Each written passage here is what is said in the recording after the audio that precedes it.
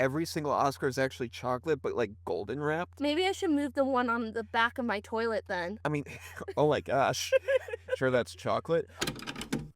Hello and welcome to Cassette Take, where you can eject wherever you want, but please don't forget to rewind. I'm Ethan. I'm Annmarie. And Annmarie, what night is it? It's Oscar night! It is Oscar night! The best night of the year! If you're like movie aficionados like we are, this is your Christmas. It really is. Yeah, I mean, this is your Super Bowl. This is your, Easter in a way, because it's like golden wrapped chocolate, which definitely every Oscar is made out of. Chocolate? Yeah. That was so cool. You didn't know that? That like every single Oscar is actually chocolate, but like golden wrapped? Maybe I should move the one on the back of my toilet then. I mean, oh my gosh. Sure that's chocolate? Oh! No, but it's like, that's why they have to rush the speeches so quickly, because, the chocolate's going to melt in their hands. That would actually be so funny if that was real. Legitimate logic. But no, we're not here to talk about chocolate. We're here to talk about the 97th? Yeah. 97th Academy Awards that just happened. We literally just went off and started recording as soon as they rolled the credits. And Annmarie, what do you think about the results? Honestly, it was a pretty good year. Me and you were on our game for a lot of our guesses with the podcast that we did a couple of days ago. And honestly, even though Dune Part 2 didn't win as much as I thought, I'm pretty happy with the outcome of this year. Yeah, and it wasn't nominated as much as it should have been. But we've already been on that tirade for quite some time. But yeah, tonight was mainly about Anora. Oh, it was Anora's night through and through. Spoilers, everyone, but you're going to see this on your Instagram feed anyways tomorrow. Anora, Sean Baker goes 4 for 4. Film editing, original screenplay, director, and best picture. Yeah, I mean, this man, like, as soon as he won that trifecta, I'm like, this is best picture. He's collecting all the Infinity Stones. Collecting all the chocolates. Good for him. No, really, like, it's pretty much a lock if they win best director. It's a lock for best picture, but there's always that chance. There's been 6 of them, you never know, but honestly, I think we both kind of agreed after he won film editing, which was his second award of the night. We're like, yeah, Nora's winning, right? Yeah, I mean, and then also you had, like, Mikey Madsen that won, right before that, right in between, like, the whole thing of Sean winning all 3. I mean, it just built on top of each other. Like, yeah, if it doesn't win Best Picture at this point, it's like, what are we doing? What are we doing out here? Really? The only thing that kind of threw a wrench in it at first, like when I think Sean had won the first 2 Oscars, was, like the Brutalist won Best Cinematography. Yes, that's the thing. The Brutalist, it might have been a sneaky little pick to get into. We thought it was one of the 3 that might win Best Picture, and so when that won cinematography, I was like, and then I won score, and then I was like, Adrian Brody won. I'm like, maybe there's an upset. There's always a chance. I think this year was the year of chances. I was like, anything could win in my head. Yeah, I mean, especially between the whole time of nomination voting versus like the actual final voting and the public reaction and outcry with Emilia Perez and how that changed things and what people were shouting, like what they would like. But still, we were watching with some of our friends who said like, I've never heard of Anora. What is Anora? And, even with the Brutalist as well. So it was interesting what the next drop down was. Because, I mean, let's be honest, Emilia Perez probably, if there wasn't the public outcry that there was, it probably would have won a lot more. Yeah, oh yeah. I mean, would I have agreed with that? No. But, like, that's probably what would have happened. Good movie, just didn't deserve as many nominations. But Zoe Saldana won for it. Again, that was one that me and you both thought Ariana Grande might be able to pull it out. Obviously, she wasn't able to, but Zoe Saldana won.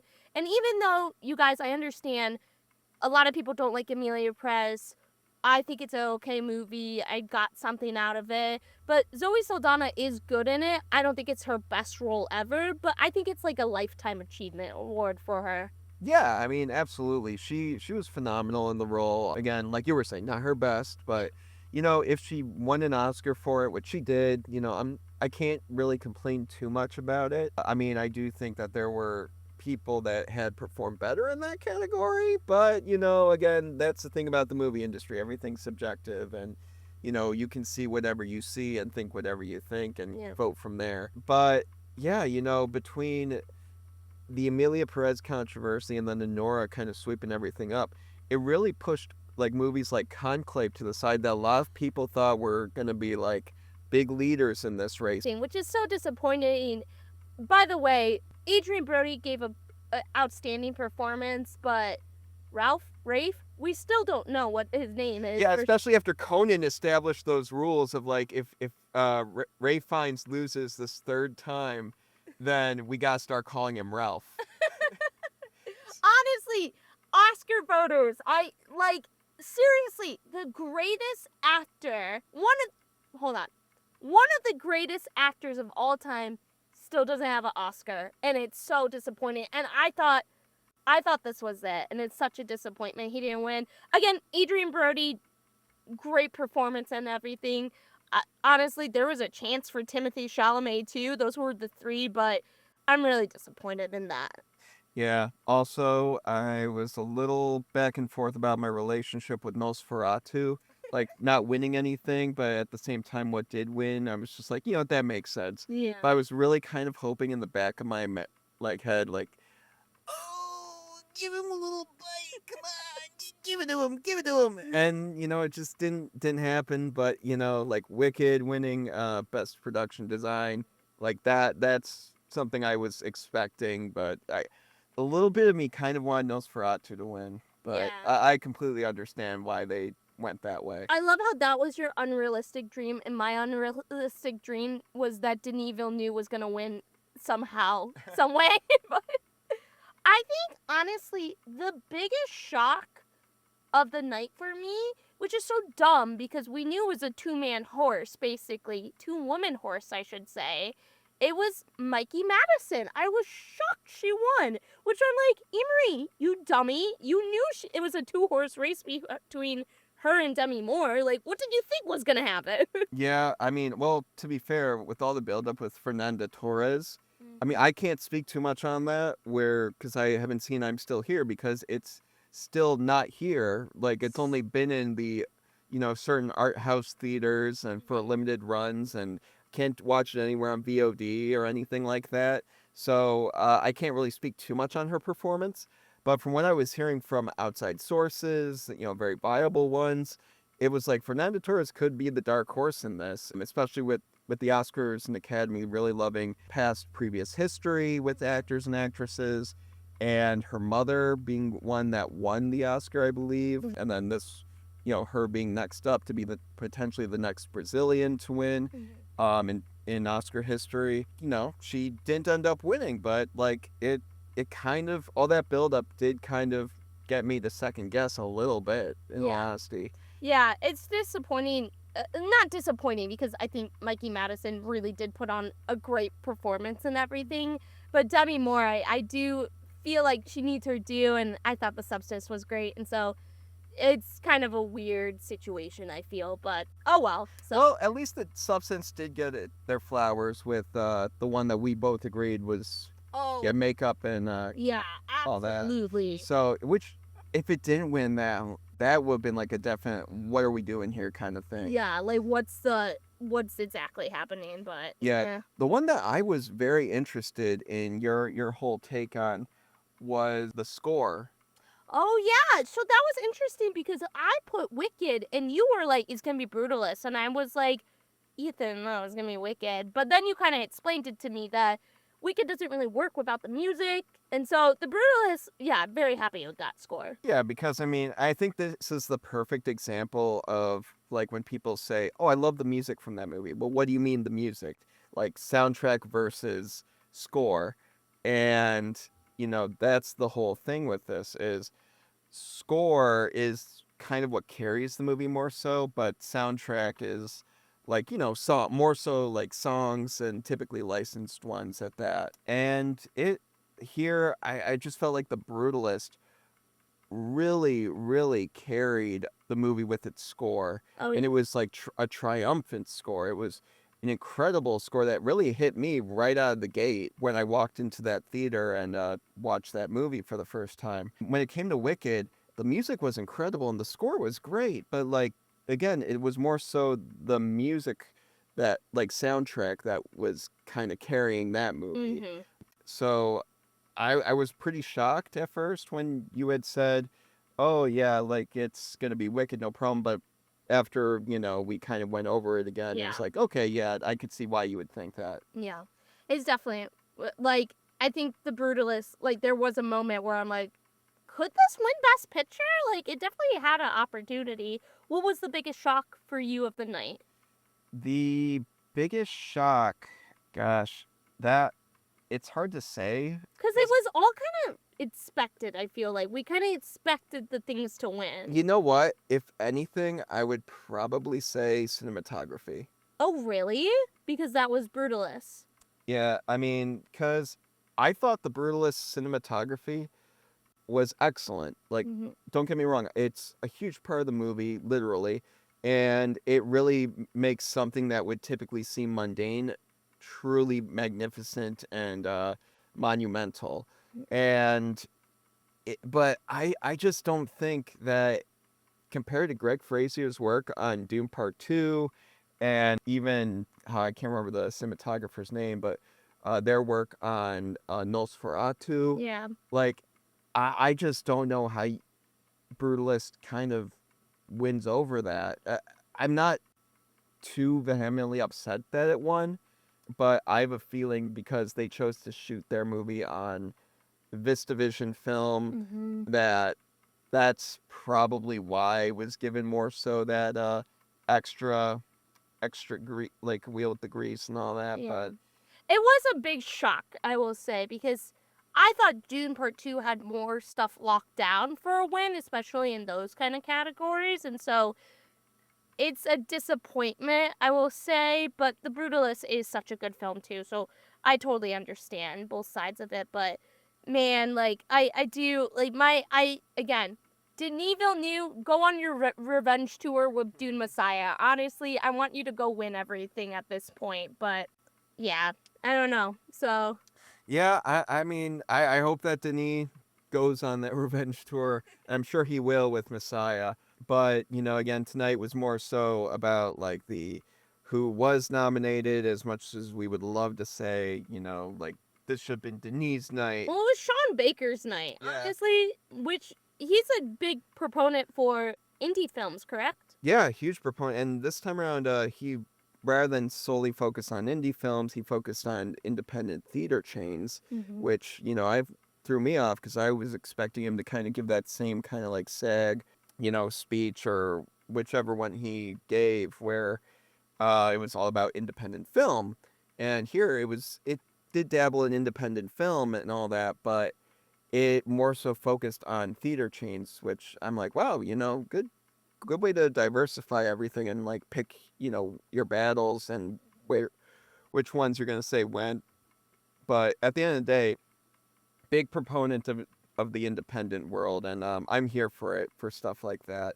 I did find it a little kind of funny how he said, "Oh, this, like I'm glad that when they won Best Picture, like I'm glad that this a truly independent film won here." Yeah. And I was kind of thinking, like, I don't know, it was Brady from The Brutalist thinking, I don't know, I made a movie, like a 4-hour movie in VistaVision 70 millimeter that with like everything going against me. Yeah. Like, I, I don't know, I think mine was pretty independent, but I, I, I get what I don't think he was trying to belittle, No. anyone else, but it just, I don't know, that kind of ran through my head at that moment. Yeah. Yeah. It's definitely, in an alternative universe, I do think it was The Brutalist night, but tonight was a Nora's night, and it gets its flowers for sure. Yeah, absolutely. And what I was a little surprised about was the lack of Conan throughout the show. I mean, he was here and there, And I love Conan, by the way. I'm not sure if I established this on the Cassette Take podcast quite yet, but I love Conan. One of my favorite late night show hosts ever, and one of my favorite comedians ever. So, but yeah, I was excited when he was announced to be hosting the Oscars, and he came out with a bang. Like his opening monologue and all that was wonderful. It hit like all the right beats, and it was hilarious throughout and through. And, as the night went on, he had little moments here and there where he would pop in and say a few funny things and then move on. But I felt like in the past, I mean, I could be wrong about this, but I felt like in the past, you had people like Jimmy Kimmel and all that hosted the Oscars previously that would interject quite a bit more. I wonder if they got a note about the runtime because the Grammys went over so much, and this didn't go over. It went under. Yeah. I think this was the first time ever the Oscars have gone under Well, 4 hours. I'm sure their advertisers were happy because then they could show more commercials. Yeah, but I think he was a great host. I honestly, I like, it's kind of fun when you don't just take digs at other people, you take digs at yourself. And I think he did a great job, and I would love for him to host again, maybe. Yeah, So, I mean, I'm down for him to host again. Like, you had Jimmy Kimmel do it how many times? Dude, honestly, Conan is so much better than a lot of people out there, like, to host, these award shows. He's great and charismatic and wonderful, and it never feels like he's forcing anything, Yeah. So, definitely bring him back, if there's any consideration of We'll vote for him. Yeah, he's got my vote. But yeah, it what a night. And then Flo won for best Yes. animated feature, which I was so happy about. I gotta go watch this film now. Yeah, I was kind of thinking The Wild Robot would win. I thought so too. Yeah, it just kind of felt like it hit all the right beats for, Oscar criteria, but with Flo, it really impacted me quite a bit when I least expected it to. With little to no dialogue, 4 different animals.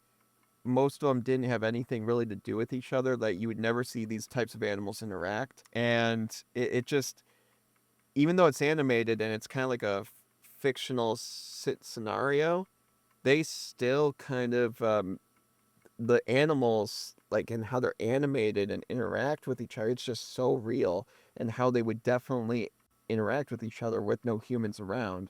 So I'm so happy a movie like that won, and I wish, even though I haven't seen I'm Still Here, I would have loved if Flo won Best International Feature, because, it's very rare that you have a Best International Feature that is is an animated film. It's usually just like, okay, animated features stick to animated, right? Yeah. But here that it was nominated for Best International, and I was like, oh my gosh, it might have a chance here, especially after winning Best Animated Feature. And I think one of the biggest things with international features is how it promotes the idea of film being a language we can all understand, a truly visual language, and a very powerful, poignant one at that. And I think Flo really encapsulates that by being like with no dialogue. So I just really feel like that could have had a stronger chance at Best International Feature, but I don't know, maybe I was wishful thinking after it won Best Yeah. Animated. So Honestly, this year was such a great year for movies, or last year, I should say. So I'm very happy with everything, and it's just my favorite night of the year. I will stand by that. I love Oscar night, and so happy. I want to go watch some documentaries now. Like, shout out to everyone who won and like was very graceful about winning too. Just yeah, absolutely. makes a difference, I feel like. Yeah. So guys, I think we need to give this Oscars a little rating. Oh! Yeah. So Annmarie, out of 10 chocolate golden wrapped Oscars, Yeah. how many would you give this year's 97th Academy Awards? Are we basing it off what won? Or are we basing it off like Just overall, like the presentation, the who you expected to win, how it made you feel, the food you ate while you enjoyed it. I mean, whatever. I did have steak when I watched it, so I'll give it a solid 9. I think I'm very happy with who won. I think who deserved to win. It would be a 10 if Dune Part 2 got a little bit more attention, but it didn't, and that's okay. and we will never bring that up again. I'm kidding. But I give it a solid 9. I think this was a great Oscars, and I hope one that brings back more people to the movie theater and just into the movie world in general. Yeah, I absolutely agree with you. I will also be giving it a 9. I mean, it just hit all the right beats. And again, we're not going off of nominations. We're going off of the results of these nominations. Because if we were going on the nomination ceremony, we would have rated that. So, and by the way, funny little thing here, and this is probably another reason why it goes from 10 to 9, is during the red carpet, there was this little funny thing. I typically don't watch the red carpet for the Oscars, but just because of circumstances, it just happened to be on, and I was, watching it passively. But when I looked up, they were kind of doing interviews with the stars, and then on the left side of the screen, they had the stars, taking the pictures and posing for the red carpet. And while they were showing those stars on the red carpet, they were showing Rachel Sennott, and the title card, like the name card underneath her, was Rachel Zegler. And I'm just like, don't, no, no, no. Do your job better. Like, come on, what are we doing here? So that dropped it from a 10 to a 9. 100%. No, Oh, I mean, no, I mean, again. Stan Rachel Sennott. Absolutely, love her. Yeah, and no Saturday Night nominations. But what are we doing? But we already talked about nominations. But like, I just gotta say, some of the results, wasn't the biggest fan of some of them, but overall, the whole presentation of it, I wish maybe we got a little more Conan towards the end of the night to kind of balance things out. Overall, solid 9. Happy we got a good old Oscar performance that didn't really feel too controversial like it typically is, and like gets people all up in arms and angry. It felt more like the nomination process was like that this time around. Oh yeah. So yeah, it's crazy times. But with that, Annmarie, any final thoughts before we call it a night here on the greatest night in Hollywood of the year? Well, that's not Adrian Brody's thing. I'm ready to wrap it. I've been here before. Let me finish. Stop the music. Stop it. Yeah, guys. So the 97th Academy Awards just happened with Nora taking away most of the gold home. The chocolate, golden wrapped goodies home tonight. And what do you guys think of it? Were you guys excited and happy for Nora? Have you seen Nora? What do you think about it?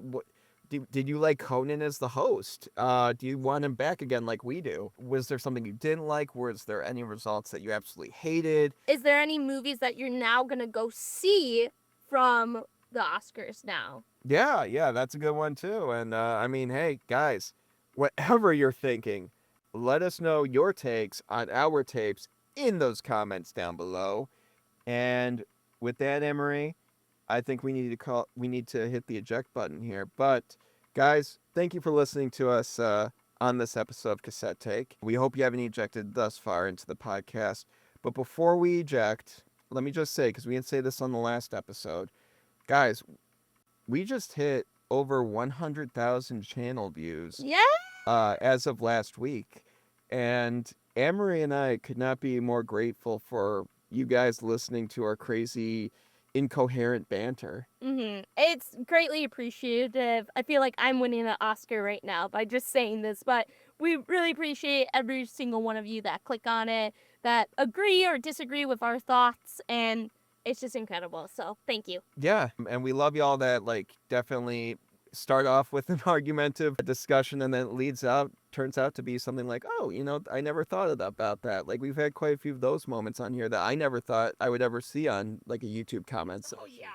So I know it's little moments like that make it all worth it. So, and we all love movies, and movies are subjective. Yeah. What isn't subjective is our love for y'all. There we go. But anyway, guys, we hope you haven't hit the eject button thus far into the podcast. But whether you have or haven't, please don't forget to rewind. I've been Ethan. I'm Annmarie. And good night. So beautiful.